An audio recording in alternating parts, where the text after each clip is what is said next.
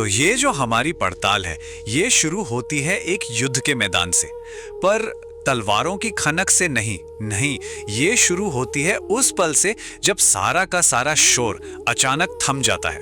तो इस सन्नाटे से ठीक पहले क्या था, जरा सोचिए। 20 श्लोकों तक सिर्फ और सिर्फ कोलाहल गूंज रहा था। एक राजा की चिंता भरी आवाज, एक सेनापति की घमंड भरी ललकार और वो शंखों की आवाज जिसने पूरे माहौल में एक जबरदस्त तनाव भर दिया था। और फिर उसी शांति के बीच कहानी के जो नायक हैं अर्जुन, वो अपने सारथी की ओर मुड़ते हैं। और ये सारथी कोई और नहीं बल्कि स्वयं भगवान कृष्ण है। और वो कहते हैं, अर्जुन उवाच, अर्जुन ने कहा, बस ये 2 शब्द देखने में कितने साधारण है ना? पर असल में गीता की असली शुरुआत यहीं से होती है। अब असली संवाद, असली शिक्षा शुरू होने वाली है। तो अर्जुन कहते क्या है? वो कहते हैं, हे अच्युत, मेरे रथ को दोनों सेनाओं के बीच में स्थापित कीजिए। अब पहली नजर में सुनने पर यह क्या लगता है? बस एक सैनिक का अपने ड्राइवर को दिया गया एक सीधा साधा मिलिट्री कमांड है ना? तो फिर सवाल यही उठता है कि अगर ये एक इतना साधारण सा सैन्य आदेश है, तो फिर ये गीता की असली शुरुआत क्यों है? इन मामूली से दिखने वाले शब्दों में ऐसा क्या खास है कि इन्हें इतना ज्यादा महत्वपूर्ण माना जाता है? तो इसका जो राज है ना, वो पूरे वाक्य में नहीं बल्कि उन 3 खास शब्दों में छिपा है जिन्हें अर्जुन चुनते हैं। चलिए इन 3 शब्दों को एक एक करके समझते हैं। संबोधन, आदेश और स्थान। सबसे पहले संबोधन पर ध्यान दीजिए।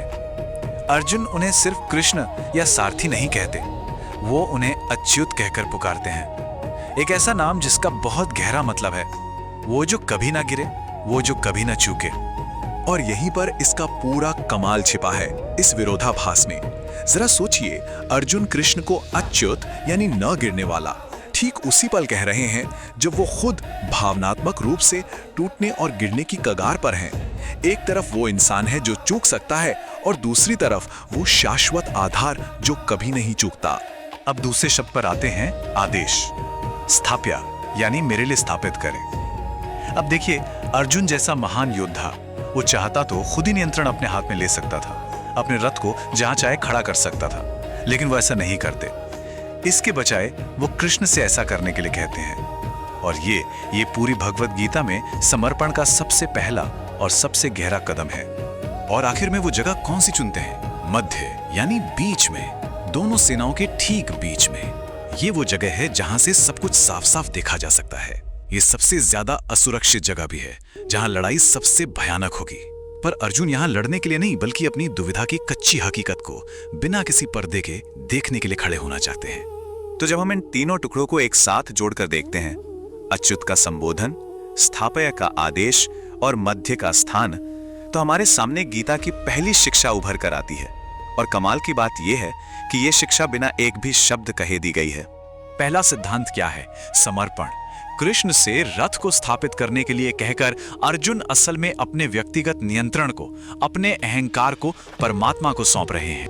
दूसरा सिद्धांत, देखना, सेनाओं के बीच में खड़े होने की इच्छा रखकर वो उस साहस को दिखाते हैं जो एक कड़वी सच्चाई का सामना करने के लिए चाहिए होता है।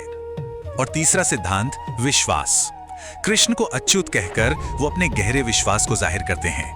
ये विश्वास उस पर है जो कभी नहीं चूकता, तब भी जब आसपास बाकी सब कुछ बिखर रहा हो। तो ये सिर्फ एक प्राचीन कहानी का एक श्लोक नहीं रह जाता, नहीं, ये एक सवाल बन जाता है। एक ऐसा सवाल जो हजारों सालों से गूंज रहा है और आज भी उतना ही प्रासंगिक है।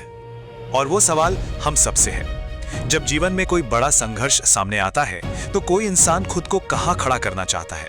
लड़ने के लिए सबसे आगे, बचने के लिए सबसे पीछे, या फिर सच्चाई को देखने के लिए ठीक बीच में? सेनयोर्भयोर मध्ये रथम स्थापयाम्यच्युत।